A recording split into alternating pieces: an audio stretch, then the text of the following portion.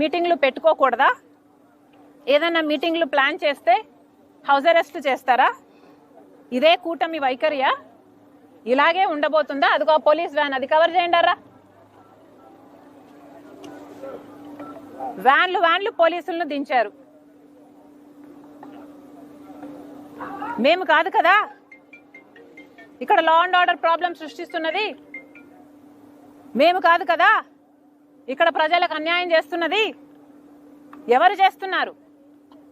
ఒక special status విషయంలోనైనా, ఒక పోలవరం విషయంలోనైనా, ఒక రాజధాని విషయంలోనైనా ఎవరు అన్యాయం చేస్తున్నారండి?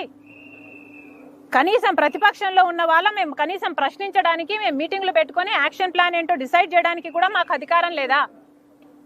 మేము అమరావతి క్యాపిటల్ కమిటీని వేస్తేనే మీకంతా భయం అయితే, ఇక మేము ఏదైనా ప్రొటెస్ట్ చేయాలనుకుంటే